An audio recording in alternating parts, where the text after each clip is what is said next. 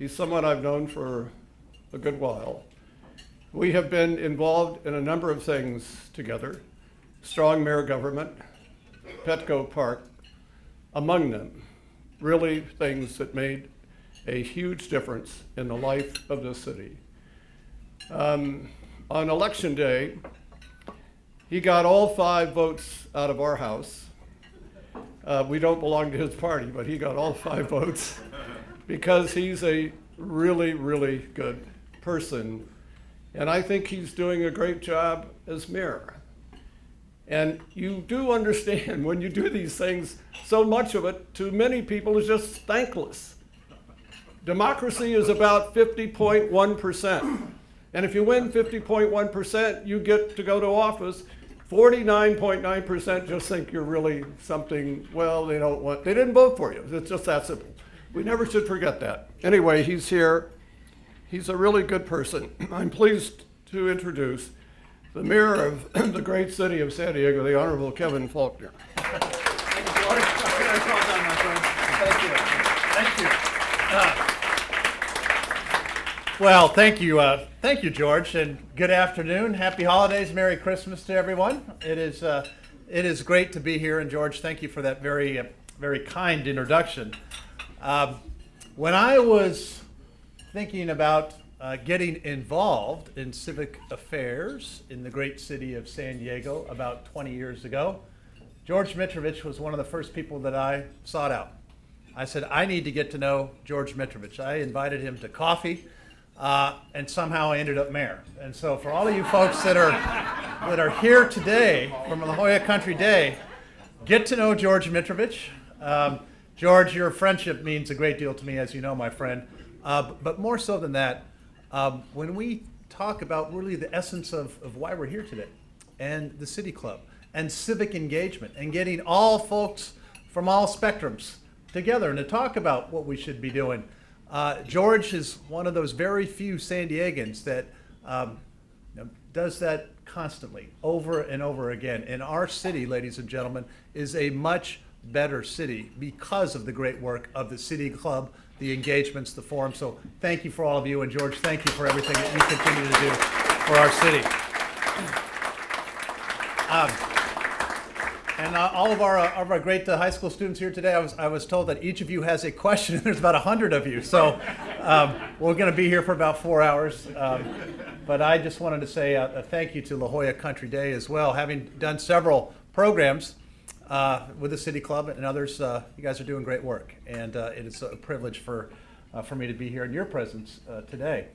I thought I would give you just a couple of updates on some of the things that are happening in city government, City Hall, where it's never a dull moment, as George has kind of already outlined. But I've been on the job for about a year and a half now. And as I think some of you know, I was on the City Council for about 7 years before that. And it is an honor and a privilege to serve as your mayor, ladies and gentlemen. And I've really tried to set the tone, if you will, since I've been elected, that it's not about Democrat, Republican, Independent. It's what's the right thing that we should be doing for the city of San Diego. And I think if you approach it in those terms, you can achieve great things by working together and working collaboratively. And that is not only the tone, but as I said, from the organizational standpoint, working with my colleagues on the city council, going out constantly in the community. I think that's the right approach for San Diego. That's the best way that we can actually achieve a lot of the objectives that all of us are working to do. So I've spent a lot of time, as you've probably seen, on infrastructure. I'm going to touch on that today. I'm going to talk about our climate action plan. I'm going to talk a little bit about jobs, and I'm going to talk a little bit about the tremendous importance in the relationship that we have with Mexico in our binational relationships. And then I'll pause and I'll answer any question that's on your mind, because those are just a few topics, but we could touch on a lot of them. First and foremost, when it comes to infrastructure, it's really street repairs. I think a lot of you know, I have said, as we have come out of one of the worst recessions in our country's history, as the financial reforms that we have fought for are starting to take hold, that as we do that in a growing economy, we need to put those dollars of that growing economy back into neighborhood services. And my pledge was that we were going to repair 1,000 miles of streets in San Diego in 5 years or less. This year we're doing 300 miles already. And so as you can see, we're going to meet and exceed that goal. And as we were talking a little bit earlier at the table, hopefully you're noticing that. You're seeing those streets getting paved, you're seeing those new asphalt overlay, concrete, etc. Because the city wasn't doing the job that it should have been for so long. And that's and I don't care where you live. And by the way, because you know the condition of our roads, it's in every part of the city. And one of the things that we're doing is we're saying you're not doing it by council district, every district gets the same. We said we're going to do it by need. And we're going to actually go out and you're going to say, here's the streets that need it the most, and those are the streets that are going to get fixed first. That's the type of thing that I think you need to do when you're talking about working together as one city and taking some of the other political considerations out of it. It's working, and it's something that I'm very proud of. And we're going out there. We're not only doing more repaving, but changing the way, for example, that we've been doing in repairing potholes, freeing up our crews that while you're out there, don't just do the ones that are on the list. If you're out there and you see another one, fill that one while you're there. Really empowering our employees. And we got great city employees that I'm very privileged to lead, 10,000 strong, to give them the freedom and the flexibility to do their great work. And that's my leadership style. And hopefully that's one that I think you're seeing is working. And I've had the ability to bring in a lot of new department heads and management that have the attitude of how do we get it done? How do we get to yes? And I demand pretty stringent performance standards, and we're ensuring that we're instituting those performance standards throughout the entire organization, because I never forget that the money that we're dealing with at City Hall, it's your money. It's your tax dollars. You expect it to be spent wisely and efficiently. And that's my job to make sure that we're doing that. And so as we're working with our employee groups, and particularly on these issues of infrastructure and devoting more of those dollars to it in neighborhood services, it's something that I'm proud of and something I think is working. When it comes also to the issues of employee services, one of the big things that we're really pushing on is hiring more police officers right now in the city of San Diego. For some of you that are close to graduation age, if you're looking for a career in law enforcement, this is your opportunity. We are looking for bright men and women from all different backgrounds to come join San Diego Police Department. It's a great career, a great opportunity.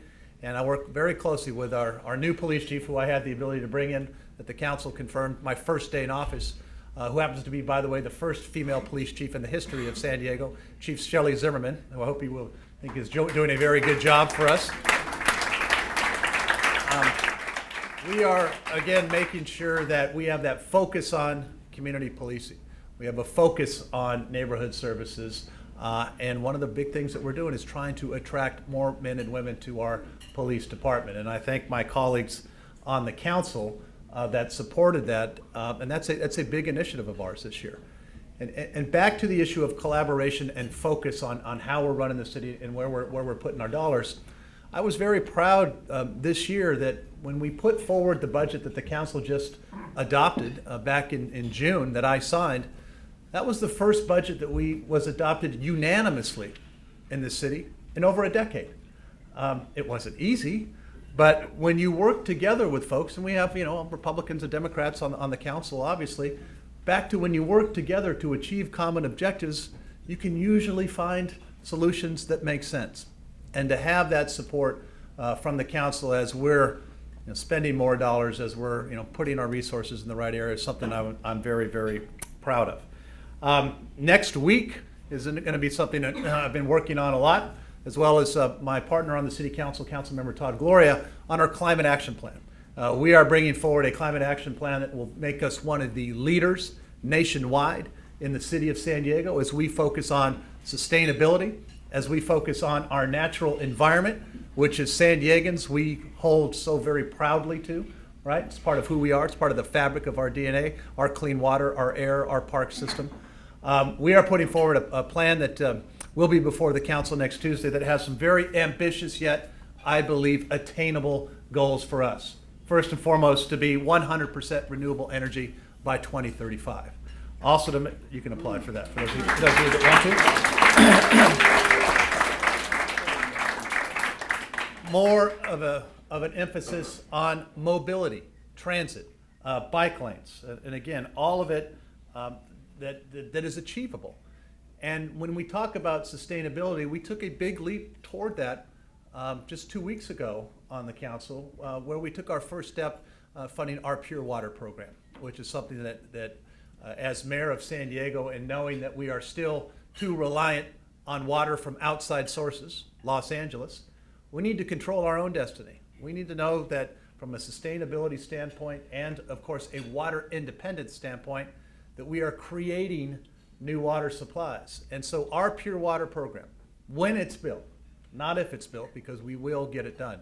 When our Pure Water program, water recycling, is built in the city of San Diego, we will create a third of our water supply. New water. For us, water that we're just shooting off out into Point Loma right now. That is going to be, all right, got a Pure Water guy here, I like that. Again, that is one of the most ambitious water recycling projects in the country right now. And to see that strong council to support, with your support, is incredibly important because, my job is to think ahead. I mean, I think obviously about tomorrow, just like we all do. But when we're thinking ahead into some of these bigger ticket items, that's essential for us to continue to be the type of city that, when we're talking about a lot of jobs for all of you and your opportunities. So when you're having your kids, when we have those resources for you. And jobs, the economy, and particularly growing that is something that I spend a lot of time on these days and something that I really enjoy doing because it's a good time in our city. And I'm really focusing on growing jobs so we can grow great careers. So you all have the opportunity to be part of some of the most fantastic new companies that are, starting here in San Diego that didn't even exist 10 years ago in terms of the fields of genomics, the fields of biotechnology, cybersecurity, great things, other things that are exploding here and around downtown, digital marketing, where we are at the forefront of some of the most fantastic emerging technologies in the country. And my job is to make sure that we are providing our families, our young folks with the skills and the ability to get those jobs. So I never want to hear somebody say, oh, I'd like to hire more San Diegans, but I have to go here to get an engineer, or I have to go outside. We're spending a lot of time on skills and workforce development so San Diegans get great quality careers and have access to some of the most, as I said, fantastic research that's happening. Just as an aside, something that's very near and dear to my heart, the issue of the work that we're doing on Alzheimer's in terms of the work for Alzheimer's and to find that cure. I'm convinced, ladies and gentlemen, that the cure for Alzheimer's will be found here in San Diego because of the tremendous work that we're doing and the collaboration and the teamwork that you're seeing right here across research institutions against some of the most innovative scientists that we have. There's a emerging sense across not only the country but other places that, hey, there are great things happening. You probably saw that Forbes magazine named San Diego as one of the best places to start a new startup business. You saw that National Geographic just about 7 months ago by now came out and they picked 4 cities in the world as the world's smartest cities, emerging smart cities, and we were one of them. The only city in North America that they picked, San Diego, and they picked it even though I'm mayor.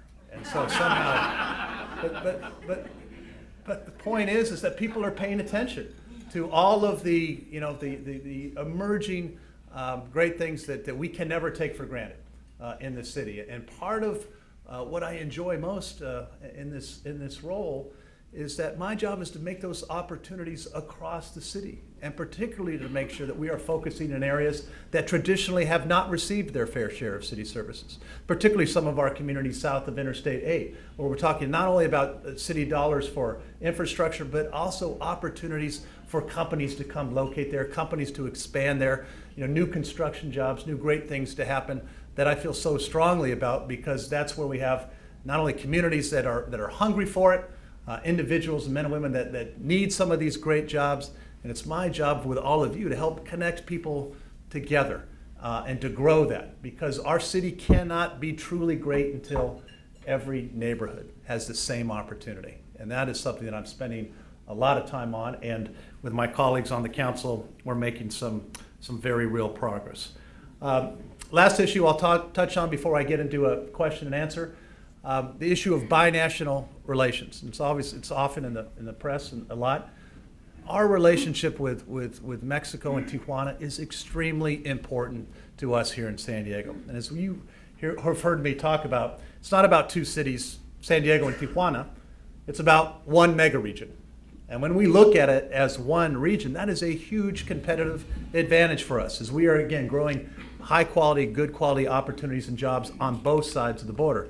Just yesterday, I was in Tijuana with Marasti Saran, who has become a great friend as we are continuing to work on opportunities. Just as an example, if you take what we're doing in San Diego with medical device manufacturing, you take what they're doing in Tijuana on medical device manufacturing, put our region together, we are the largest region of medical device manufacturing on the planet.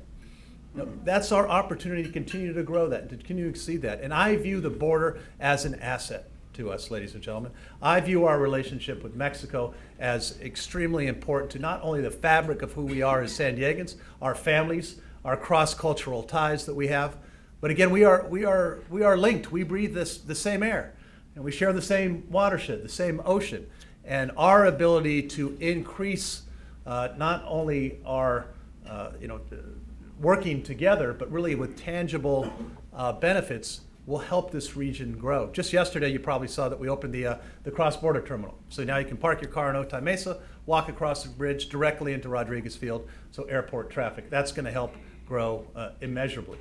We signed an agreement between the city of Tijuana and the city of San Diego, so on a monthly basis, our department heads are meeting together in the same room. Right? If you want to actually get something done, you got to meet, you got to talk about it, you have goals, objectives, follow up. And that's one of the things that the mayor and I instituted. And so, because when we're talking about issues of environment, economic development, public safety, we need to make sure we have all of us in the room talking a lot about that. And yesterday we had a group of great leaders, Malin Burnham, George, others around that table. This is talking about how we grow and how we increase that relationship. It's something that, as I said, it's extremely important to us in San Diego, and something that I'm very proud of. Lastly, I will pause. I will touch on one additional issue, because I see my good friend Herb here and Rick Gentry of the Housing Commission. Herb, with the phenomenal work that you do on the rescue mission, this not only just this time of year, but throughout the season, we are spending a significant amount of time with these two gentlemen's leadership on really revamping how we address affordable housing and how we address particularly homeless, not just emergency beds, but permanent housing with supportive services.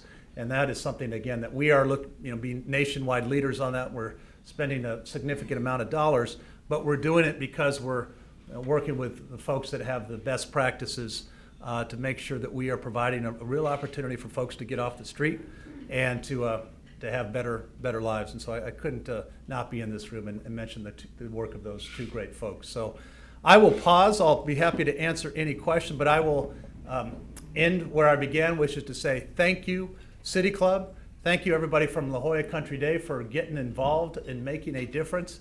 It is about civic engagement. It is about talking together to try to figure out where we're going, planning for our future. And yeah, you're going to have disagreements from time to time, but how you solve them and how you work together makes all the difference in the world. It's a privilege, and I'm very proud to serve as your mayor, and thank you for having me here today. Thank you.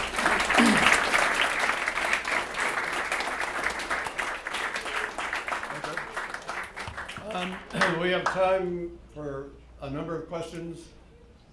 Yes, I see a hand. That's you. Yeah. Oh, it's Peter. Peter from the Peter Simpsons. Munson. Peter, good to see you. Good to see you too. A lot of talking, and I know you've had meetings around El Nino coming up. If I look at what's going on in the Pacific Northwest right now, that's a major hit. And I know we've done some culvert cleaning, but it doesn't sound like it's enough. Now, are we ready for that kind of pineapple? Yeah, we are planning as that El Nino is very real. Not that it might happen, but we are planning as if it is going to happen.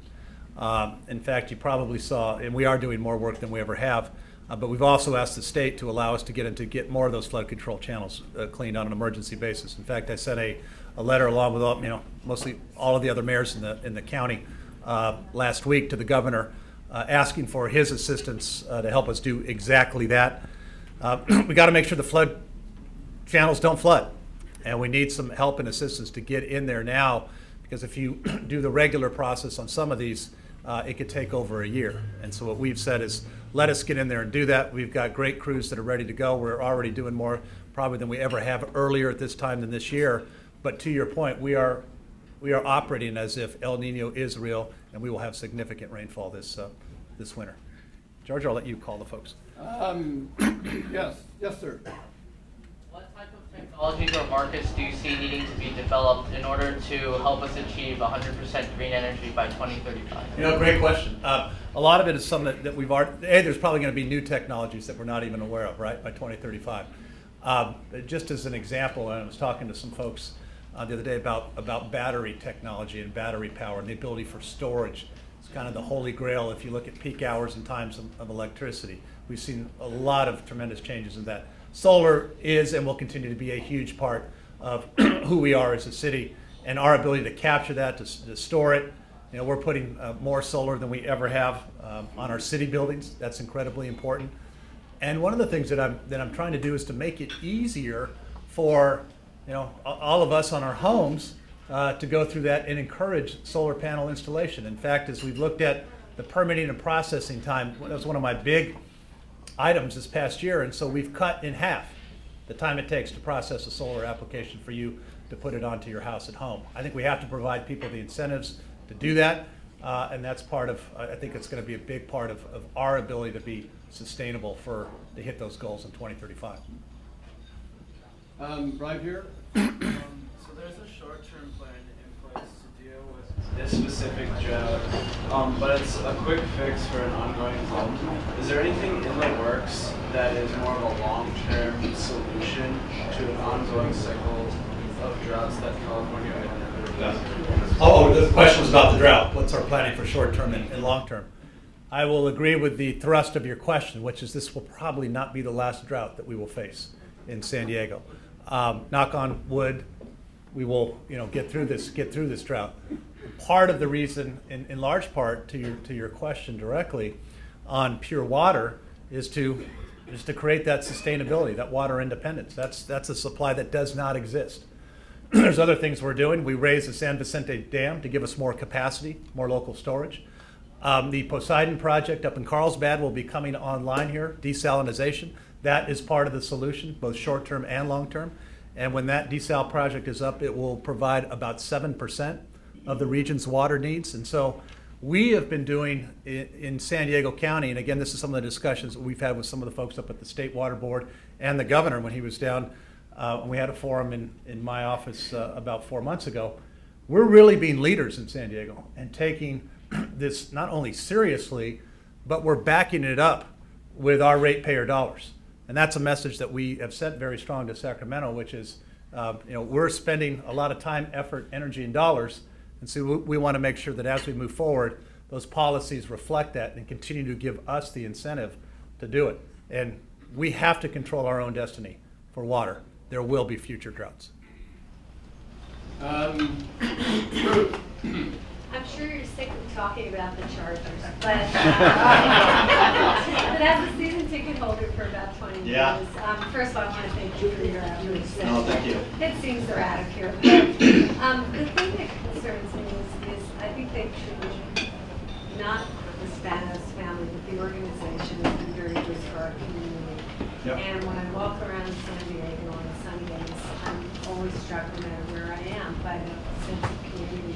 Is there any thought about when they meet, because presumably it is a foregone conclusion, of some other organization? I'm also a positive member, season ticket holder, but it isn't the same, I think, I don't know why. But is there any conversation, we can get into George that. may argue with you on that. Well, I would agree. But is there any conversation about some other organization that may bring our community together the way I think we see the culture? Well, let me answer your question this way. And I went a whole 20 minutes without somebody asking me a charger I'm question. sorry. That was good. It's okay. And by the way, Bruce Warren from Harvard, serious person. I appreciate your what you said about the efforts. It's important. We agree with that. I mean, Sunday afternoon, part of the fabric of San Diego is turning on the TV and watching our team, just as it is watching the Padres in the fall. And so we are taking our cases, directly to the NFL. Have done that. We'll continue to do that here in the weeks coming up. I can't predict what is going to happen. What I have done and what we have continued to do is fight for San Diego. You've got the city and the county working together. In order to be successful, though, you need the team to participate. And so we've taken our message directly to the NFL about things that probably all of us know. We're a great market, right? We're a great sports market. Padres. It's important to us to do that. And so my focus will continue to be, and it's hard to say what's going to happen here in January or not, but it is important to push. We are to be continued. Yes. So Yeah. we're good at building bigger and bigger freeways, but next time you meet with Elon Musk, if you ask him to bring the Hyperloop to San Diego, and I wouldn't mind having a high-speed rail either. Okay. Very good. All right. I'm sorry. Oh, it's Dr. Fay. Would you comment on Doug Manchester's plan for the waterfront development? Yeah, the Civic San Diego, it was approved by the council, probably 6 or 7 years ago at this point. It crossed another hurdle at Civic yesterday, I think it is. It's gonna, I just had a meeting with some other folks. I'm a big believer in the North Embarcadero Visionary Plan. We spent a lot of time on our setback. The county park has been a wonderful addition. That project includes it includes a new headquarters for the Navy Region Southwest. There will be an office building, I believe, a hotel, and then a big park on the corner of Broadway. And I know it cleared another hurdle. I don't know what the status is on all of the final lawsuits, but it's been in litigation for a little bit of time. Back here. Me? The one you're wearing red. You're sitting. Oh. Yes. Hi. I have a question about the charges. So, Yes, sir. So I wanted to ask: is it possible for you to make a contract with the charges in order for them to stay here? Because it seems like they want to move to another area. So, what could you propose to do? Well, I'm going to bring you with me in our next meeting. How's that? That's pretty straightforward. Let's just get together and sign a contract. Yes, I will tell you that is a great question. And to your question, one of the things that we have said is in order to get it done, have a proposal that the citizens can work on and vote on, you have to have an agreement, to your point. That is something that we would like to achieve if you have a willing partner, and that is something we are continuing to push for. Wait, over here. Okay. Is there anything the city of San Diego can do to implement gun control? The city is really, great question we are certainly, you can have people debate about existing gun laws, whether they're too strict or not. The state, obviously, you may have a ballot measure coming on that. I've heard that may be statewide in 2016. We'll see what happens. My focus here really has been on public safety and particularly on what we're doing in our neighborhoods with crime and, as I mentioned earlier, about getting more police officers on the street. We were losing police officers and still are somewhat, but we're starting to stem that tide to other agencies. And one of the things that I said when we started negotiating our employee contracts, we did our Police Officers Association first, is we need to make sure we're paying competitive wages for our men and women. So when you go through the academy and we as citizens and San Diegans hire you, spend the dollars to train you and all of that, we want you to stay here. And we've got to make sure that we don't become a training ground for people to go then to other cities. It's not what I want to see happen as mayor and not what you want to see happen as San Diegans. And so we have a great focus on bringing more officers into the department and therefore more officers out into our neighborhoods. And our philosophy here in San Diego, and it's one that Chief Zimmerman really pushes, is community policing. And it's not just a saying, it is reality. I mean, it's not about driving around in your cars, it's about getting out into the neighborhoods. It's about talking to folks. It's about attending all the community meetings, the planning boards and everything that our police department does. And I think as we continue to do that and we add to more of that, that's one of the best ways that we can help with violence and reducing crime. We have, we'll do 2 short ones here. Two short ones. Go ahead. I'm curious as to how the climate action plan will be enforced and what percent will be for climate action liability. Great question. Her question was the climate action plan, which I talked about earlier. How will it, once it passes, how do you make sure the plan is implemented? And you actually adhere to the goals. That is something, as we drafted that, so we put in measurable timeframes to make sure we're checking in, and implementation to make sure that we do achieve those. One of the hallmarks of this plan, to your question exactly, is you have to have guideposts and objectives that are enforceable. That is the difference between ours and other plans that have been rejected. And so I think one of the ways that we did this, by the way, is we sat down with business leaders, we sat down with folks like SDG&E, we sat down with people with our environmental community, and it was a long effort that got us to this point. But again, I'm very optimistic on Tuesday that you will see, because of the work that all of us did, business support, environmental support, because it's a plan that has not just objectives, but some real benchmarks and our ability to meet those targets. One more here. So, of course, we're in a drought, so we have increased, asked people to decrease their amount of water usage. Yeah. Do you plan on doing anything like perhaps raising the money required to buy water from the city or buy water? Yeah, that just happened. Yeah. Go ahead, finish up. Or do you believe that we will do something like that or that? Yeah, I would tell you, San Diegans, all of you, your families, you've done a good job. We have done a good job of reducing, and a remarkable job, and we've hit it for many months in a row. Every city in the region had different targets on what they had to hit. We have exceeded our conservation targets every single month. It's not easy, right? You're taking shorter showers. You're not watering the lawn anymore. You ripped out your lawn. But San Diegans have stepped up to do that. That is going to continue to be a way of life. That type of conservation, that is essential, even in wet years moving forward. I think you're seeing us change that. But back to your point on dollars, that's why we're still moving forward on pure water, spending money on the dam raising to make sure that we're not, we're planning for the future. And so we have the ability to actually, have that water infrastructure. And I'll tell you, nothing frustrates me more as mayor or all of us when a water main bursts, right? Because it should have been replaced 10, 15 years ago, a pipe that was in the ground that's maybe 85 years old. And we still have a lot of those in San Diego. And that's again why I'm saying we're putting more money back into infrastructure. So you don't have the sewer spills, you don't have those water main breaks that not only waste a lot of water, but it takes 3 and 4 times to fix it as if you did it right the first time. So thank you, great question. Let me express my own disappointment that no one's asked about Donald Trump. I'm just teasing. Very good. Guys, thank you. With that, thank you guys. Thank you very much. George, thank you. Thank you, my friend.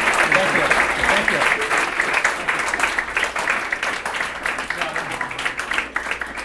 Let me just say to the students, you were fantastic. Really, really wonderful. Thank you for coming. We'll see you all soon.